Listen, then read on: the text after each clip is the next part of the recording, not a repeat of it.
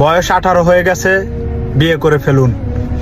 আপনার বিয়েতে আপনার ফ্যামিলির কোনো মানুষ, আপনার কোনো আত্মীয় স্বজন মন খারাপ করছে, আপনার বিয়েতে তারা অসুখী, যারা অসুখী হইব তাদের সাথে সবার আগে যোগাযোগ বন্ধ করুন। কারণ একটা জিনিস আপনি দেখেন, আপনি যখন 30-35 বয়সে বিয়ে করবেন তখন কিন্তু আপনি আপনার না পাইবেন আপনার বউর আদর, না পাইবেন পোলাপানের আদর। তো আপনি যখন আপনার ছেলে সন্তানের, আপনার স্ত্রীর সুখ দিতে পারবেন না, স্ত্রীকে ছেলে সন্তানের স্বপ্ন পূরণ করতে পারবেন না, যখন আপনি বুড়া হইবেন, তাহলে আপনি কিভাবে ওই সন্তানদের কাছ থেকে সুখের আশা করেন? আপনাকে বৃদ্ধাশ্রমে রাখবে না, তাহলে কি অন্য বেড়াকে বৃদ্ধাশ্রমে রাখবো? 18 বয়স হয়েছে, বিয়ে করে ফেলুন। আর বিয়ে করলে কিন্তু আপনি যেই কাজে করেন না কেন, ওই কাজে কিন্তু বরকত পাইবেন। আপনার বউকে নিয়ে কিন্তু ভাই আপনারই থাকতে হইব। আপনি একবেলা যদি না খান, কেউ কিন্তু দেখবো না।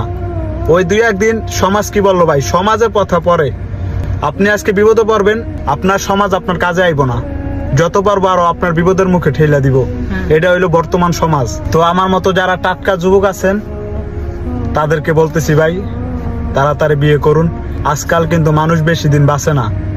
60 আমাকে এই যে 25-এর মতো হয়ে যেতেছে, আমরা বিয়ে করবো কবে? পোলাহান হইবই কবে? পোলাপানের ভাতে খামু কবে? তো আমাকে বৃদ্ধাশ্রমে পাঠাইবো না, তাহলে কি অন্য বেড়াকে বৃদ্ধাশ্রমে পাঠাইবো? আমার অনেক বন্ধু বান্ধবরা ভাই ছোটকাল বিয়া করে লাইছে, অগো স্যালুট জানাই। অগো এখন পোলাপান হয়ে গেছে, কিন্তু অগো সবাই স্যালুট জানাই। আর যারা আছেন ভাই ব্রাদার, সবাই বাসায় বইলা বিয়া ঠিয়া করে ফেলান।